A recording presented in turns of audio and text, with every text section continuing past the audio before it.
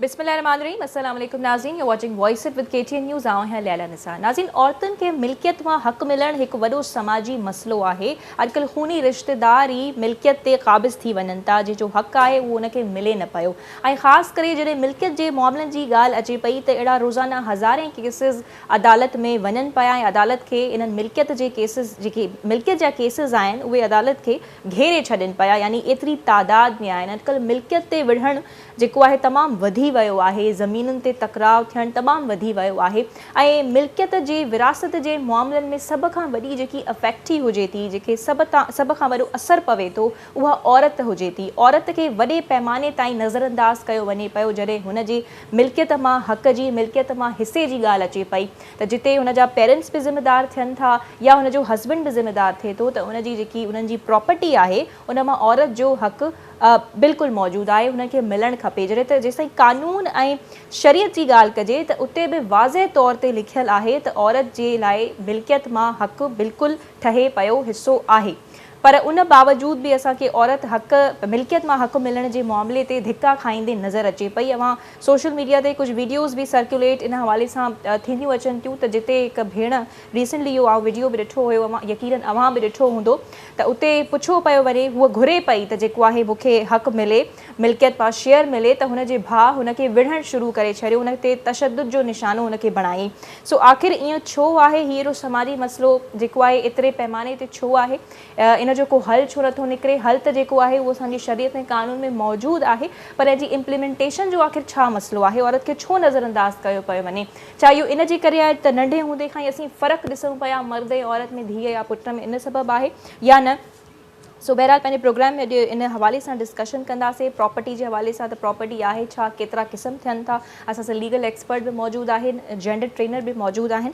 सो बहरहाल तारुफ़ कराईंदी बि हलां। मूंखे वीडियो लिंक ते जॉइन कयो आहे मारवी अवान साहिबा, जेके जेंडर ट्रेनर आहिनि। उन सां गॾोगॾु she is the director of women protection centre ऐं विमेन्स राइट्स एक्टिविस्ट बि आहिनि। सो अस्सलाम वालेकुम मारवी साहिबा, बहुत शुक्रिया, तमामु घणी महिरबानी तव्हांजी टाइम करण जी, वरी महिरबानी। ऐं ॿिए तरफ़ मूंखे स्टूडियो में जॉइन कयो आहे सफ़िया लाखो साहिबा, लीगल एक्सपर्ट आहिनि, एडवोकेट हाई कोर्ट। ऐं टे तरफ़ मूंखे टेलीफोन लाइन ते जॉइन कयो आहे अनीस हारून साहिबा, तमामु सीनियर विमेन्स राइट्स एक्टिविस्ट आहिनि, उन खां अलावा chairman of the national commission on the status of women आहिनि। सो अनीस साहिबा, आपका भी बहुत बहुत शुक्रिया कि आपने टाइम निकाला, बहुत शुक्रिया आपके वक्त का। सफ़िया साहिबा, मुंहिंजी वॾी महिरबानी, तव्हां टाइम कढियो उन अहम मौजू ते ॻाल्हाइण जे लाइ।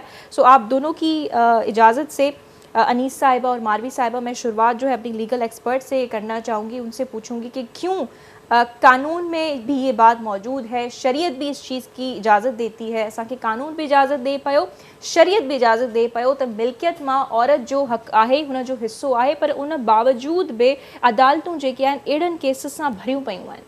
थैंक यू लीला। सभ खां पहिरीं त असांखे इहो सम्झणो आहे त प्रॉपर्टी आहे छा, प्रॉपर्टी जा क़िस्म कहिड़ा आहिनि। हाणे हिते असां वटि अचे थी मूवेबल प्रॉपर्टी आहे, इमूवेबल। अच्छा, हा, मूवेबल प्रॉपर्टी उहा आहे जंहिंमें कैश थी वियो, ज्वेलरी आहे, ज़ाहिरी आहे, उन में त औरत जो हक़ु थींदो न, जेके लीगल हेयर्स वग़ैरह जेके ओवरऑल आहिनि। इमूवेबल प्रॉपर्टी जीअं प्लॉट्स, ज़मीनूं वग़ैरह, यानी जेके बि ज़मीन सां अटैच आहिनि, इहे असांजूं प्रॉपर्टी जा आहिनि। हाणे असांजो कानून छा थो चए त कहिड़े तरीक़े सां असांजो जेको पाकिस्तान जो आइन आहे, आर्टिकल 23, 24, 25, अगरि तव्हां उनखे खोले करे ॾिसंदव, इहो असांजे फंडामेंटल राइट्स में आहे, बुनियादी हक़। आर्टिकल 8 खां वठी 28 ताईं असांजा बुनियादी हक़ आहिनि। उन में 23, 24, 25 में सिधो सऊं लिखियलु आहे त का डिस्क्रिमिनेशन न थींदी, सवले तरीक़े सां हर शहरी बराबरि आहे, हर कंहिंखे पंहिंजा जेके हक़ आहिनि, पंहिंजा राइट्स आहिनि, उहे ॾिना वञनि। हाणे वरी अचूं था असां पंहिंजे क्रिमिनल प्रोसीजर ॾे, त आया की हाणे 498A आयो आहे असांजो प्रोसीजर खे ज़रूरु डिस्कस कंदासीं। उन खां अॻु में पंहिंजे महिमाननि सां थोरो ॻाल्हाए वठूं था इन हवाले सां, त छो जॾहिं कानून में मौजूदु आहे मारवी साहिबा इहा ॻाल्हि त औरत जो मिल्कियत में हिसो ठहे थो आहे, शरीयत में बि मौजूदु आहे, पर उन बावजूद बि एॾे पैमाने ते नज़रअंदाज़ छो कयो वञे पियो? हिते त असीं ॾिठो आहे त निकाह वक़्तु छोकिरनि खे चई छॾींदा आहिनि त बाबा असां तव्हांजो हक़ पूरो करे छॾियोसीं, वधीक जेको आहे हाणे तव्हां हिसे मां या हिसेदार न आहियो असांजी जेकी बक़ैया मिल्कियत आहे। त मारवी साहिबा, बीइंग अ जेंडर ट्रेनर, अवां बि यकीनन इहे शयूं जेके आहिनि तमामु घणियूं ॾिठियूं हूंदियूं पंहिंजे इर्द गिर्द। बिल्कुलु लैला, जॾहिं असां डिस्क्रिमिनेशन जी ॻाल्हि था कयूं, असां ॻाल्हि था कयूं की औरत सां हिकिड़ो रवैयो चेंज आहे, हुनखे घणी ॼाण नथी ॾिनी वञे, सही हुनखे एजुकेशन नथी ॾिनी वञे। आउट ऑफ द स्कूल असांजी गर्ल्स जो रेट सभिनी खां घणो आहे। असां ॾिसूं था की धीअरुनि खे जल्दी नंढपिण में हुनजी शादी करे छॾिजे थी, हुनखे घणी ॼाण ई कोन्हे।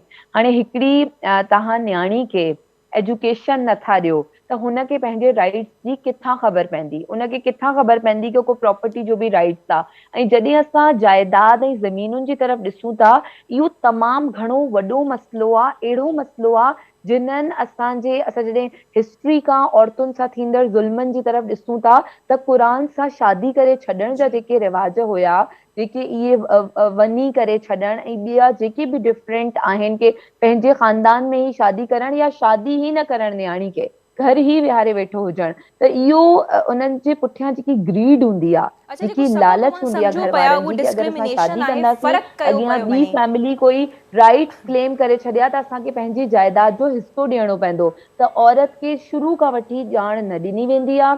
इन लाइ ई हुनखे ठीक एजुकेशन बि ठीक नथी ॾिनी वञे। यानी सभिनी बुनियादी मसइलनि मां इहो ज़मीन जाइदाद प्रॉपर्टी हिकिड़ो एॾो वॾो मसइलो आहे जेको औरत खे जेको आहे घटि महसूस कराइण, हुनखे एजुकेशन घणी न ॾियण, ॼाण न ॾेई करे इन ठीक शइ खे माधवी साहिबा, तव्हांजो बचायो थो पॉइंट वञे। अची वियो हिते त असां हिकु वटि त जॾहिं फ़र्क़ु केसिस कयो ईंदा पियो आहिनि। वञे ऐं ॿियो जी लैला, न्याणियुनि खे तालीम न ॾिनी वञे पई जो पंहिंजे हक़नि बाबति आगाह ही ना आहिनि।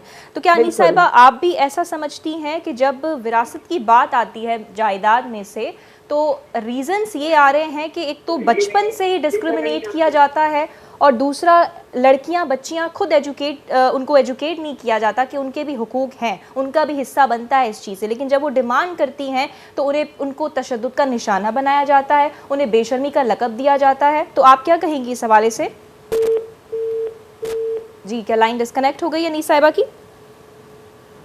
अच्छा जी, माधवी साहिबा अवां ई कंटिन्यू कजो त इहो फ़र्क़ु जेको आहे असीं तमामु ॾिठो आहे त घरनि में कयो वञे थो, नंढे हूंदे खां ई असीं ॾिसूं पिया, ऐं इहा शइ पेरेंट्स मां अचे पई त जेकी सुठी बूटी आहे उहा पुट ॾे वञणु खपे। अचणु चाहींदमि कि जॾहिं रिपोर्ट बि थियनि थियूं, न्याणियूं पुॼनि बि थियूं, जॾहिं उन्हनि खे किथां संभाव ख़बर थी पए त उन्हनि खे इहे एक्सक्यूज़ था ॾिना वञनि। हिकु त अगरि न्याणी पढ़ियल नाहे त अक्सर केसिस में असां ॾिसूं था उन्हनि खां पहिरीं लिखाइजी वञे थो कि बाबा असां माफ़ कई जाइदाद, असां पंहिंजो हिसो पंहिंजे भाइरनि खे ॾिनोसीं, असांखे को हिसो न खपे। ऐं एक्सक्यूज़ इहे था ॾिना वञनि कि असां तव्हांखे ॾाज ॾिनो, तव्हांजी शादी ते वॾो ख़र्च कयोसीं, ॾाढी प्रिवेलेंट तव्हांजो शइ जेको आहे। आहे हिसो लही वियो असांजे मथां।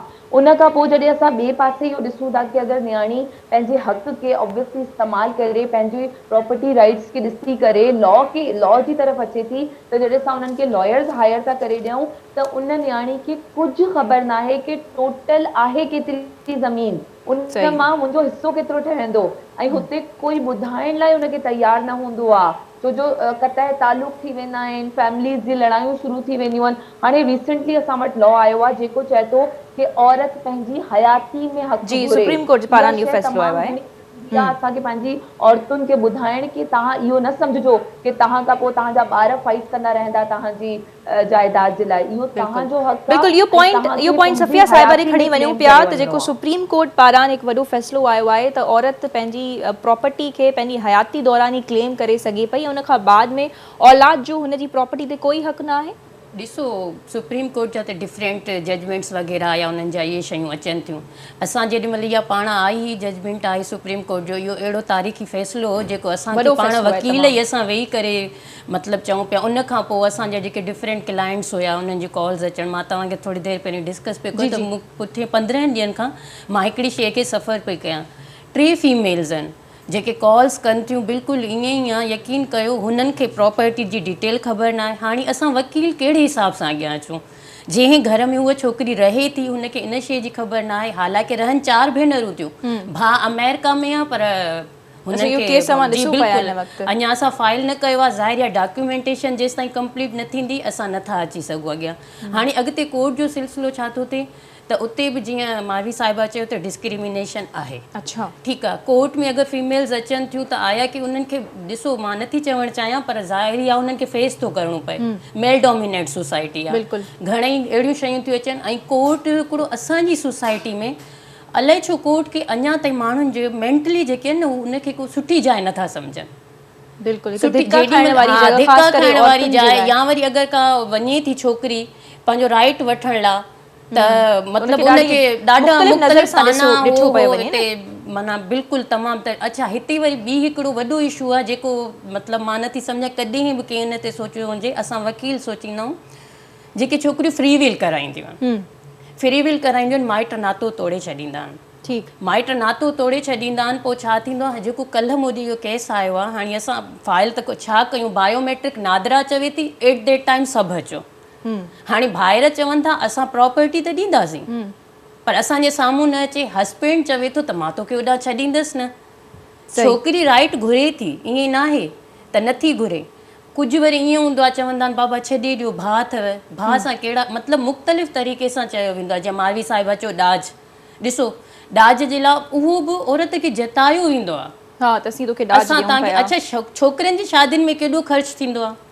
सही। सूरह निसा जूं पहिरियूं पहिरीं जेके आयतूं बिल्कुलु। आहिनि, ॾिसो उन में सिधो सौ लिखियलु आहे त केतिरो केतिरो हिसो तव्हांखे ॾियणो आहे। अगरि शरीयत जे हिसाब सां था वञूं त बि आहे, कानून जे हिसाब सां था वञूं बिल्कुलु आहे। अगरि का छोकिरी डिक्री वठी बि अचे थी न पंहिंजे कानून जे हिसाब सां पंहिंजे फेवर में, त उनखे पोइ बि लाइफ टाइम मुख़्तलिफ़ ताना ॿुधणा था पवनि या ॿाहिरि खाइण पीअण छॾे ॾींदा आहिनि।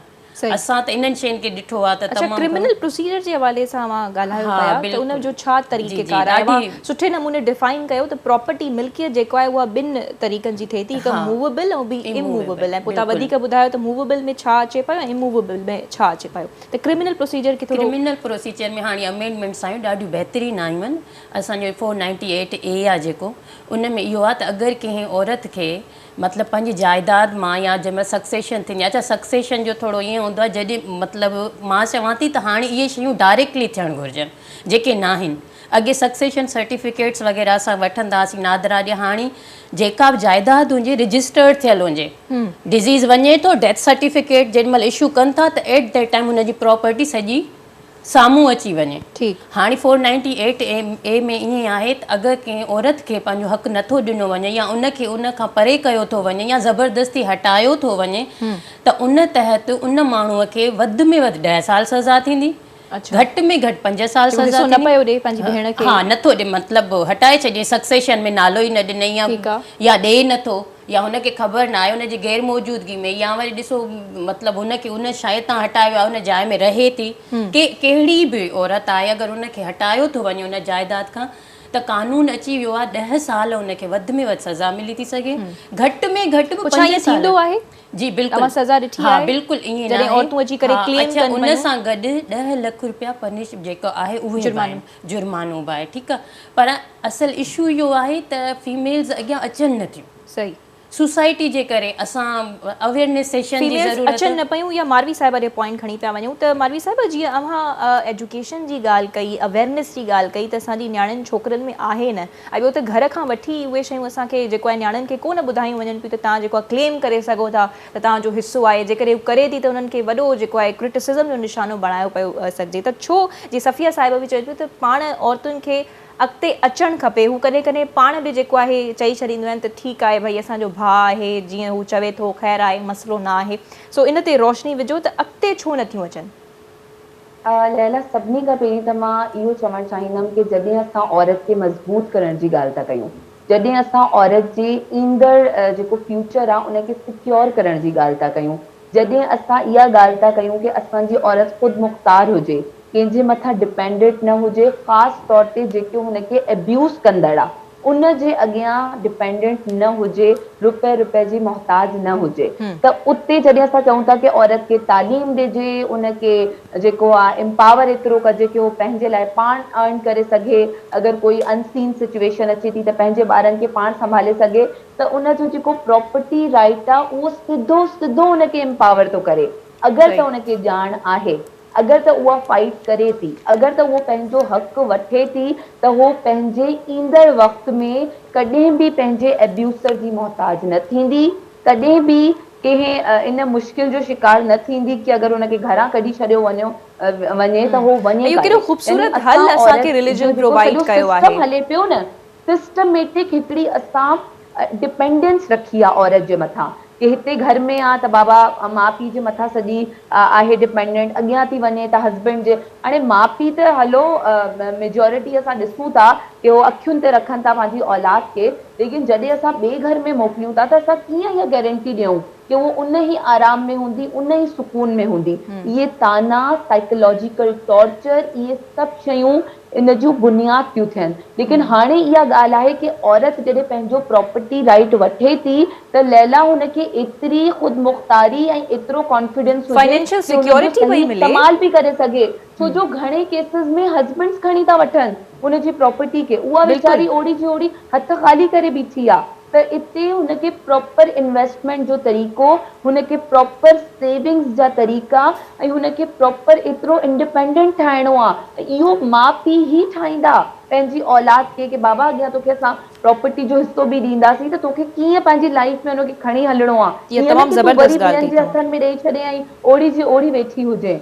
तो तमामु घणो ज़रूरी आहे कि ईंदड़ चैलेंजिस लाइ ख़ुसूसन प्रॉपर्टी अगरि नियाणियुनि खे ॾिनी थी वञे त उन्हनि खे मैनेजमेंट बि अचणु खपे, उन्हनि खे तरीक़ो बि अचणु खपे कि उनखे पंहिंजे लाइ कारआमद कीअं ठाहे। तमामु ज़बरदस्त ॻाल्हि कई त जेकॾहिं उन्हनि खे हिसो ॾिनो बि वञे पियो त उते बि माउ पीउ जी ज़िमेदारी अचे पई त पंहिंजी नियाणियुनि खे एजुकेट कनि, ॿुधाइनि त कीअं इन्वेस्टमेंट कजे, कीअं उन्हनि खे मैनेजमेंट करणी आहे त जीअं सुभाणे उन्हनि खे फाइनेंशियल सिक्योरिटी बाक़ाइदा तौर ते मिली सघे। तमामु सुठी ॻाल्हि कई। अच्छा, हाणे थोरो अचूं था सफ़िया साहिबा जी तरफ़, थोरो क्लियर कयो, यकीनन इहे शयूं कानून में मौजूदु आहिनि, शरीयत बि असांखे वाज़ह तौर ते ॿुधाए पई, जीअं मां सूरह निसा जो ज़िक्र कयो त केतिरो हिसो जेको आहे उहो औरत जे लाइ आहे जेको शरीयत ऐं कानून असांखे ॿुधाए पियो। त कानून में बि यकीनन उहे ॻाल्हियूं आहिनि जेके शरीयत में आहिनि। असांजो वरी फ़िरक़े में मतिलबु अगरि सूट फाइल थींदा आहिनि, से केसिस ईंदा आहिनि, हाणे केसिस बि मुख़्तलिफ़ नेचर जा हूंदा आहिनि। अच्छा, मां हाणे त ॾाढे सुठे तरीक़े सां ॾिसो स्पीडी केसिस हलनि पिया। अच्छा, 10 मां मतिलबु 10% रेशियो आहे न। मां नवाबशाह में पाण मां पंहिंजी ख़ाला जो सूट फाइल कयो। अच्छा, हा बिल्कुलु, मां हुनजो पार्टीशन जो सूट फाइल कयो जेको विदिन 3 मंथ्स थी वियो। ओके, माशाल्लाह सां ॾाढो हिकिड़ो सुठो असांजो रहियो। हाणे इन में औरत मुख़्तलिफ़ तरीक़े सां बची थी सघे, ठीकु आहे। पार्टीशन हिकिड़ो मां सम्झां थी, अगरि जेके औरतूं ॿुधनि थियूं, suit for partition, suit for partition हिकिड़ो अहिड़ो बहितरीनु तरीक़ो आहे। तव्हांखे बसि प्रॉपर्टी डिटेल ॾिसो, थोरो औरतुनि खे वक़्तु ते अचिणो पवंदो, थोरो अॻियां अचनि, सूट फॉर पार्टीशन फाइल कंदियूं। अगरि तव्हां सक्सेशन मां आहियो, तव्हां चओ था असांखे जल्दी जल्दी मिली वञे त उहा शइ तव्हांखे जल्दी जल्दी मिली वेंदी। Suit for partition within 6 month, ॾिसो सिविल सूट आहिनि हलनि था, पर मां पाण within 6 month 3 to 6 month dispose of करायो। सूट फॉर पार्टीशन आहे छा? थोरो पार्टीशन जो इहो आहे त मतिलबु जेका घर आहिनि जंहिंमें रहनि था, जेका प्रॉपर्टी आहे, उन जा हिसा कयो। अच्छा, हिसा थी विया, बाबा हीउ हिसो आहे, हीउ हिसो, हाणे इहो हिसो हुननि जी मर्ज़ी आहे। हाणे हू उन जा पैसा वठी पंहिंजे उन भाउ खे ॾियनि थियूं या उनखे पंहिंजो सेल पंहिंजी मर्ज़ी सां कराइनि थियूं। कोर्ट जो हिकिड़ो ऑर्डर हूंदो। सही, सूट फॉर पार्टीशन जेको जाइदाद आहे उन जा पार्टीशन थी आहे। पर हाणे हिते ख़बर त असां फीमेल त हिते प्रॉपर्टी राइट्स ते था अची वञूं, पर अॼुकल्ह जे दौर में अञा ताईं बि तव्हां लैला ॾिठो हूंदो त केतिरा असांजा एॾा जरगा थींदा आहिनि, अञा ताईं बि मां ॻोठनि ॾे औरत न्याणी मेड़ थी वेंदी आहे। तमामु घणो आहे। मां चवंदी आहियां उन ते, मां चवंदी आहियां वाह अदा तुंहिंजी गैरत खे सलाम, दुनिया जा ॾोह तूं करी ॾंड में वञे भेण कुंवारी। सही ॻाल्हि आहे, बिल्कुलु सही। केॾियूं अजीब शयूं आहिनि, माना औरत अञा बि असां सम्झूं था त असां लाइ केतिरो बसि 21वीं सदीअ जो जेको दौरु हले पियो, जदीद दौरु, पर सॉरी टू से अञा बि असांखे ओड़ा राइट्स न आहिनि। अच्छा, क्लेम कीअं करे? छा इहा ई जेको हमें तरीक़ेकार ॿुधायो, सूट फॉर पार्टीशन, सक्सेशन मुंहिंजो फलाणे में मिल्कियत में हिसो आहे, भाउ नथो ॾे या पीउ नथो ॾे, कीअं फाइल करे सघे? सूट फॉर पार्टीशन जेको आहे उहो असां सिविल कोर्ट में फाइल कंदा आहियूं। ठीकु आहे, उन लाइ यकीनन उनखे कंहिं एडवोकेट खे अप्रोच करणो पवंदो ऐं लिस्ट ऑफ प्रॉपर्टी ॾियणी पवंदी। अच्छा, त अच्छा प्रॉपर्टी डिटेल्स त हिते त निकाह नामो बि छोकिरनि खे पढ़ण जी इजाज़त न हूंदी आहे। निकाह नामे जो तव्हां जेको डिस्कस कयो त इहो पिया चऊं त इहो ज़रूरी आहे। अगरि छोकिरियूं ॾिसो हक़ मेहर वारी जेके शयूं ईंदियूं आहिनि त घणियूं छोकिरियूं माफ़ करे छॾींदियूं आहिनि। अच्छा, हाँ, मां चवंदी आहियां अगरि मूंखां शादीअ खां पहिरीं का ज़ाहिर आहे अॼुकल्ह छोकिरियूं ईअं अवेयर थी वियूं आहिनि, कॉल्स कंदियूं आहिनि, अगरि हुननि जी वकील ताईं अप्रोच आहे त असां छा कयूं, पोइ असां हुननि खे चवंदा आहियूं त तव्हां हक़ मेहर वारी जाइ में भले प्रॉपर्टी लिखायो। ओहो, अच्छा, वो प्रॉपर्टी, अच्छा हिस्सो मतलब, हाँ ॾिसो इहो छो जे हस्बैंड जेको आहे न पोइ बाउंड थो थी वञे, पर उते ई ताना शुरू थी वेंदा आहिनि, भाई तूं अञा ताईं आई कोन्हे ऐं तूं असां खां मिल्कियत मां हिस्सो घुरण लॻी आहीं, हिस्सो या छा मुख़्तलिफ़ तरीक़ा इहे। अच्छा, उन खां पोइ हाणे नादरा वटि सक्सेशन अची वियो आहे, नादरा वटि आयो आहे, उन में सक्सेशन आहे, पर ओवरऑल नादरा न कंदो। जिथे माइनर ॿार हूंदो त वरी उहो डिस्प्यूटेड हूंदो, उहो डिस्प्यूटेड वरी बि सिविल कोर्ट में वेंदो। सुठी ॻाल्हि इहा आहे, मां एडवाइस कंदसि त अगरि का फीमेल आहे, छोकिरी आहे जेका अॻिते वञे थी, त उहा प्रिफर करे फीमेल लॉयर खे। उन सां विदाउट एनी हेजिटेशन हू हर इशू डिस्कस करे थी सघे। असांजे राति जो कॾहिं कॾहिं कॉल्स ईंदियूं, हिकु दफ़ो त ईअं बि थियो, छोकिरी चयो त राति जो मतिलबु मुंहिंजो भाउ मूं ॾे बंदूक खणी आयो। सीरियसली इहो मां तव्हांखे असांजे हुननि खे असां चवंदा हुआसीं त न का ॻाल्हि न आहे, का ॻाल्हि न आहे, पर सोचींदासीं हाणे घर जे अंदरि असां उन्हनि खे जॾहिं मुहाफ़िज़ ई अहिड़ा थी वञनि, घर जे अंदरि असां उन्हनि खे कहिड़ी प्रोटेक्शन ॾियूं। सही ॻाल्हि आहे, बिल्कुलु। त इहे मुख़्तलिफ़ तरीक़ा आहिनि। मालवी साहिबा, जेकी मेंटेलिटी एग्ज़िस्ट करे थी असांजी सोसाइटी में, त भाउ जेको आहे यानी पुटु जेको आहे उहो मोतबर आहे न्याणी खां, धीअ खां, त इहा किथां पेरेंट्स खां ई अचे पई, जीअं वी सवेर बि चयो, या जीअं हाणे सफ़िया साहिबा हिकु सॉल्यूशन प्रोवाइड कयो त हू हक़ महर वक़्तु बि जेकॾहिं पैसनि जी सूरत में न लिखाए त हू प्रॉपर्टी तौर बि जेको आहे लिखाए सघे पई, हिसो वठी सघे पई। पर जेकॾहिं हू लिखाइणु लॻे त यकीनन उते त उनखे ताना मिलणु शुरू थी वेंदा। छा अहिड़ो केस अवां पंहिंजी सराउंडिंग में ॾिठो आहे? लैला, असल में जेको असां ॻाल्हि कयूं था निकाहनामे में जी, त उहो त ऑलरेडी हिकिड़ो तमामु वॾो इशू आहे, जंहिंमें तव्हां पाण इहा ॻाल्हि कई आहे कि औरतुनि खे पढ़ण ई न ॾींदा आहिनि और रुॻो अखियूं बंदि करे सिग्नेचर कंदियूं आहिनि। अगरि औरत इंट्रस्ट वठे त हिनखे तमामु घणो बुरो सम्झियो वेंदो आहे। ॿी ॻाल्हि लैला, मां हिते चवणु चाहींदमि कि असां वटि अहिड़ा केसिस ईंदा आहिनि जंहिंमें 10-10 लख लिखियो पियो हूंदो आहे, हक़ महर, जाइदादूं लिखियूं पियूं हूंदियूं आहिनि, लेकिन मसइलो इहो हूंदो आहे पोइ अहिड़े केसिस में मर्द औरत खे तलाक ॾियण खां अवॉइड कंदो आहे ऐं पोइ हुनखे राइट्स बि न ॾींदो आहे, हुनखे तंग बि कंदो आहे, पोइ वीचारी पंहिंजे पेरेंट्स जे घर बि रहंदी आहे। पोइ इन सिचुएशन में औरत एतिरे टॉर्चर ऐं दबाव में अची करे खुला थी वठे, ऐं खुला जो इहो मतिलबु आहे कि असां पंहिंजा सॼा राइट्स जेके निकाहनामे में असांखे मिलनि था, ख़ुसूसन ख़र्चो ऐं असांजो जेको इहो आहे पंहिंजो द हक़ महर 10 लख 15 लख या जाइदादूं, उहे सभु छॾे करे औरत पोइ खुला थी वठे।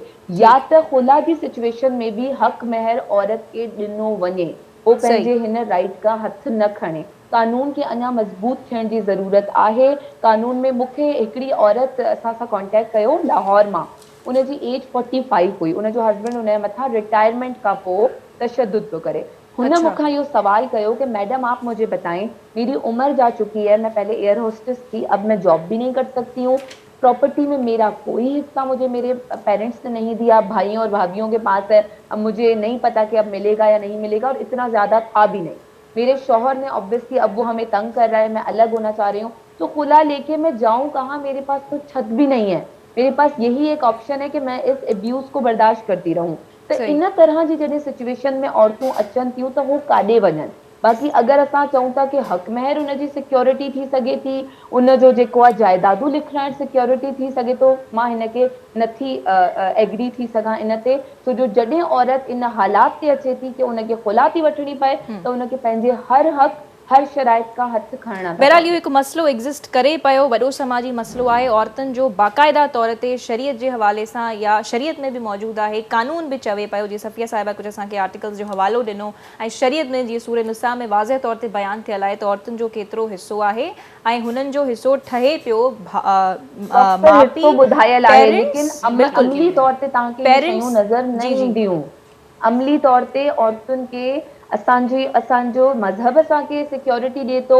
अगरि असां डिस्कस पिया कयूं पोएं ॾींहंनि में कि हिंदू लॉज़ में अञा ताईं औरतुनि जो प्रॉपर्टी में हक़ कोन्हे, त लैला इहो तमामु घणो ॾिसण जी ज़रूरत आहे कि हर रिलीजन में केतिरा प्रॉपर्टी राइट्स मिलनि था ऐं औरतुनि खे उनजे बारे में ख़बर आहे बि या न। ॼाण ॾियणु सभिनी खां वॾो ज़रूरी शइ आहे, चाहे औरत कंहिं बि मज़हब सां तालुक रखंदी हुजे। जी माली साहिब, मां तव्हांखे बिल्कुलु इंटरफेयर न पई करणु चाहियां, तव्हां तमामु सुठो ॻाल्हाए रहिया आहियो, सुठा सॉल्यूशंस प्रोवाइड करे रहिया आहियो। सफ़िया साहिब, आख़िर में कुझु चवणु चाहींदो, प्रोग्राम जो टाइम बि ख़तमु थियण ते आहे। हिते जून एलिया जो हिकिड़ो शेर चवंदसि। जी श्योर। ऐं मुंहिंजो सभिनी औरतुनि लाइ पैगाम आहे, हर तंज़ किया जाए, हर ताना दिया जाए, कुछ भी हो पर अब हद अदब में ना रहा जाए, तारीख ने दी है हर कौमों को, तारीख ने दी है ये पैगाम हर कौमों को, हक मांगना तौहीन है तो हक छीन लिया जाए। चले ज़बरदस्त, वरी महिरबानी सफ़िया साहिबा। बहरहाल नाज़रीन, ही अवेयरनेस सेशन हुयो त अवां न्याणियुनि जो जेके ॾिसनि पियूं हिन वक़्तु औरतूं, अवां जो ही जेकी हक़ शरीयत बि असांखे इजाज़त ॾे पई, कानून बि मौजूदु आहे त हीअ अवांजी असांजी फाइनेंशियल सिक्योरिटी जे लाइ आहे। सो अवां क्लेम करे सघो पिया, कंहिं बि लॉयर सां जेको आहे मशवरो बि करे सघो पिया। सो हिते हिकु शॉर्ट कमर्शियल ब्रेक पिया वठूं, ब्रेक खां पोइ वरी हाज़िर थियूं था। वेलकम बैक नाज़रीन। जीअं असांजो पहिरियों सेगमेंट औरतुनि जे मिल्कियत मां कहिड़ा हक़ थियनि था उन हवाले सां आयो, पर ही जेको लास्ट सेगमेंट आहे थोरो लाइट सो रखियो आहे। हिकु लाइट सी गुफ़्तगू, असीं हिकु ज़बरदस्त जेको आहे फ़िज़ा हयात असां सां गॾु मौजूदु आहिनि, जेके BDS जी शागिर्दियाणी आहे। पर इंट्रस्टिंग ॻाल्हि इहा आहे त असीं हुननि सां डिस्कशन कंदासीं, जीअं त हुननि खे पाण खे बि डायबिटीज़ आहे, उहो शुगर जी जेको आहे हुन में मुब्तला आहिनि, पर उन बावजूद बि हुननि जा हौसला जेके आहिनि उहे बुलंद आहिनि। सोशल मीडिया ते तमामु एक्टिव आहिनि, पंहिंजो जेको आहे इंस्टाग्राम ते हू डायबिटोजेनिक जे हवाले सां जेको आहे हिकु ब्लॉग रन कनि पियूं ऐं डायबिटीज़ जे हवाले सां माण्हुनि खे आगाह बि कनि पियूं। सो उन्हनि खां पुछंदासीं त एतिरी यंग एज में हुननि खे शुगर थी आहे, पर उन बावजूद बि हू एतिरो कॉन्फिडेंटली पंहिंजी ज़िंदगी खे मुंहुं ॾेई रहियूं आहिनि, त कहिड़नि चैलेंजिस जो जेको आहे हुननि खे साम्हूं करिणो पियो। फ़िज़ा सां असीं पाण ॻाल्हि ॿोल कयूं था ऐं उन्हनि खां पुछंदासीं त हीउ सफ़र उन्हनि जे लाइ कीअं हली रहियो आहे, हू कीअं मुंहुं ॾेई रहियूं आहिनि। जॾहिं कंहिंखे बीमारी जी ख़बर पवंदी आहे त मूंखे फ़लाणो ज़ुकाम थी पियो आहे या कुझु थी पियो आहे, त हू माण्हू परेशान थी वेंदो आहे। सो फ़िज़ा इज़ वेरी यंग ऐं हुननि खे डायबिटीज़ आहे, पर उन बावजूद बि एतिरो सुठे नमूने पंहिंजी ज़िंदगी पॉज़िटिवली गुज़ारे रहियूं आहिनि, त उनजे पोयां छा आहे। सो फ़िज़ा खां असीं जेको आहे इहो ॼाणियूं था। अस्सलाम वालेकुम Fiza, thank you so much for taking a time out. वालेकुम अस्सलाम, thank you for having me on your show. Pleasure. Fiza, तो कैसी हैं आप? और जैसे कि हमने आपको इसीलिए इनवाइट किया है ताकि लोग आपको देख सकें, क्योंकि हमने देखा है कि जब कभी भी लोग यहाँ पे सुनते हैं कि उनको फला बीमारी हो गई या अगर छोटा सा ज़ुकाम भी हो जाता है तो बहुत परेशान हो जाते हैं। तो आप ज़रा बताइएगा कि आपको डायबिटीज़ का कब पता चला था? क्या ये यंग एज से, बचपन से थी आपको?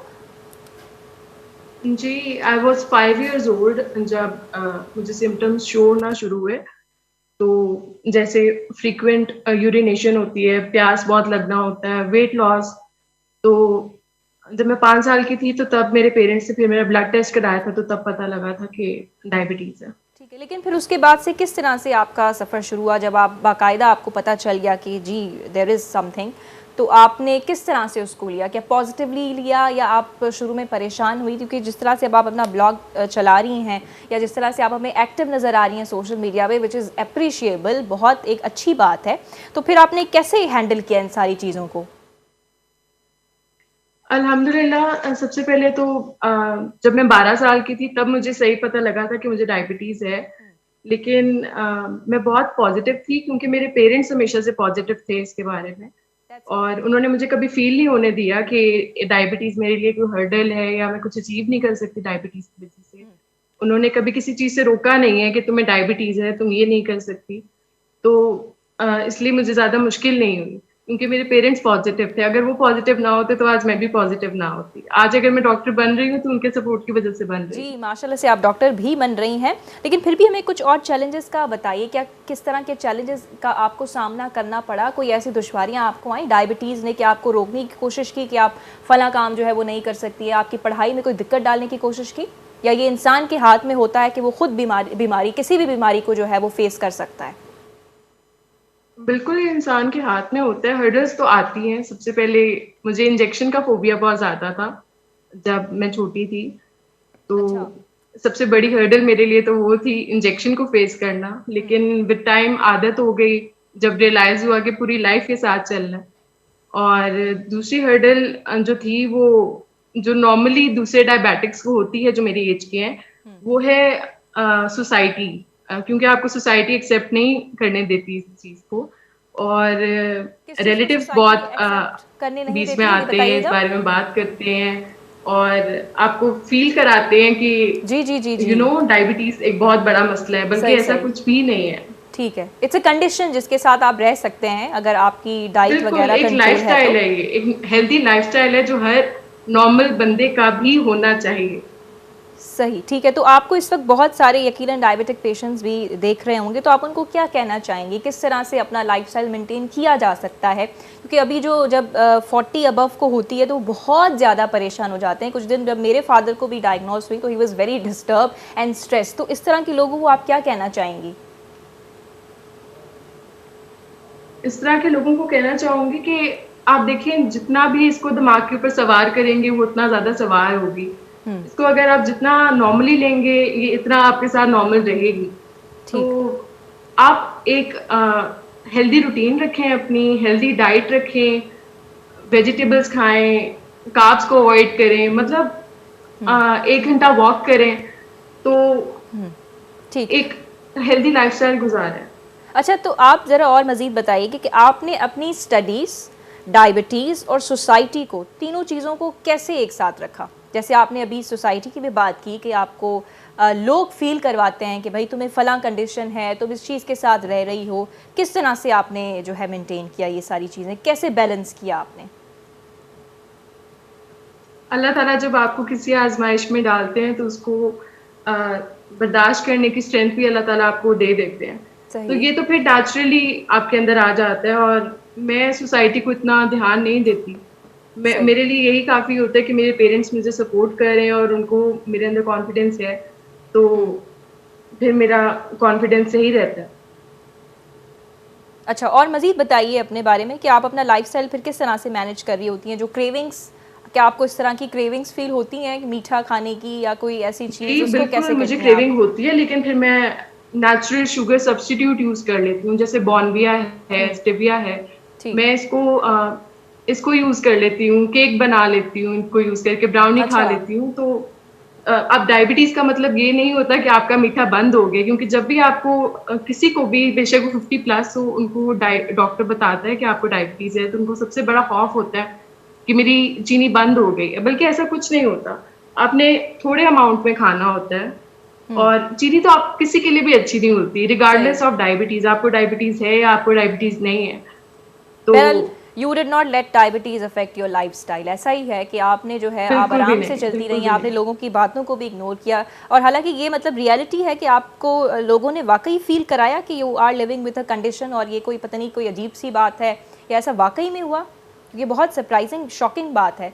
अल्हम्दुलिल्लाह मेरे साथ बहुत कम हुआ है, क्योंकि मेरे रिलेटिव्स बहुत सपोर्टिव रहे इस मामले में, और मेरी छोटी छोटी अचीवमेंट्स को सेलिब्रेट किया गया। लेकिन मुझे मेरे ब्लॉग पे काफी लोगों के मैसेज आते हैं। जी बिल्कुल, और मैंने भी आपको वहीं से डिस्कवर किया। मुझे आपका काम बहुत अच्छा लगा, जिस तरह से आप अपने लाइफस्टाइल को लेके चल रही हैं और साथ साथ डायबिटीज़ को मैनेज कर रही हैं, स्टडीज़ को मैनेज कर रही हैं, और बिकमिंग अ डॉक्टर। ये बहुत अच्छी बात है कि आप किस तरह से, और ये तो एक खिदमत खल्क भी हुई कि आप जो है साथ साथ अवेयरनेस सेशंस भी चलाती जा रही हैं। आप जिस तरह से एजुकेट कर रही होती हैं कि क्या आप खा रही होती हैं, क्या पी रही होती हैं, किस तरह से आप मैनेज कर रही होती हैं, तो ये सारी चीज़ें लाइक दे आर अप्रिशिएबल। तो आप चलें आखिर में क्या कहना चाहेंगी? अब इस वक्त आपको बहुत सारे लोग देख रहे हैं, क्या मैसेज क्या देना चाहेंगी आप स्पेशली डायबिटिक पेशेंट्स को? मैं डायबिटिक्स पेशेंट्स को यही कहूंगी कि आप मुझे देख लें, आप वसीम अकरम को देख लें। आप देख लें कि वसीम अकरम एक इतने बड़े प्लेयर हैं, उनको डायबिटीज नहीं रोक सकी इतना कुछ अचीव कर सकने से, तो फिर आप क्या हैं? तो प्लीज डायबिटीज को अपने दिमाग के ऊपर सवार मत कीजिए, एक नॉर्मल लाइफ गुजारें और बी हैप्पी। इसको एक बहुत बड़ी बीमारी ना समझें। सही बात है, ठीक। इसको बड़ी नाज़रीन शुगर रिक्वायर एक कंडीशन आए जैसा अगर तव्हां रही सघो पाया। सो फिज़ा बहुत शुक्रिया आपके टाइम का, आपने बहुत अच्छे से समझाया, और वाकई में आप खुद एक मिसाल हैं, आप खुद एक मिसाल हैं। इस वक्त आपको यकीनन बहुत सारे डायबिटिक पेशेंट्स और लोग देख रहे होंगे, यकीनन वो आपसे इंस्पायर हो रहे होंगे कि ये इतनी सी बच्ची जो है जब इस कंडीशन के साथ रह सकती है, इतना इसका पॉजिटिव एटीट्यूड इस कंडीशन के टुवर्ड्स हो सकता है, तो वाई नॉट दे। तो बहुत शुक्रिया, ये सेशन यकीनन बहुतों पे जो है इम्पैक्ट डालेगा, पॉजिटिव इम्पैक्ट डालेगा। बहुत शुक्रिया आपके टाइम का, थैंक यू सो मच। त नाज़रीन ही हुयो अॼो को प्रोग्राम, उम्मीद आहे तव्हांखे पसंदि आयो हूंदो। जेसि ताईं शुगर जी ॻाल्हि आहे त इहा हिकु कंडीशन आहे जंहिंसां अवी गॾु रही पिया सघो, पंहिंजे लाइफस्टाइल खे मेंटेन करे पिया सघो। सो खोड़ माण्हू जेके आहिनि बीमारी जो ॿुधी करे परेशान थी वेंदा आहिनि त भई असांखे अलाए छा आहे, ऐं फ़ौरन पंहिंजो जेको आहे मौत जो सोचणु लॻंदा आहिनि। यकीन मौत जे बारे में सोचणु खपे, पर उनखे मथे ते सवार न करणु खपे जो माण्हू ॿियो को कमु न करे सघे या ॿी का ख़ुशी इंजॉय न करे सघे। सो ही मुख़्तलिफ़ सेगमेंट समाजी आगाही जे लाइ हुया। असीं पहिरें सेगमेंट में जेको आहे हिकु इशू रेस कयोसीं त औरतुनि खे मिल्कियत मां हक़ जेको आहे उहो न पियो ॾिनो वञे, वॾे पैमाने ते जेको आहे नज़रअंदाज़ कयो पियो वञे, जेको ग़लति आहे। जॾहिं शरीयत कानून इजाज़त ॾिए पियो त असीं फ़ैसिला करण वारा केरु थींदा आहियूं। सो पंहिंजो ऐं पंहिंजनि प्यारनि जो तमामु घणो ख़्यालु रखिजो। इंशाअल्लाह मुलाक़ात थींदी ईंदड़ हफ़्ते। अल्लाह हाफ़िज़।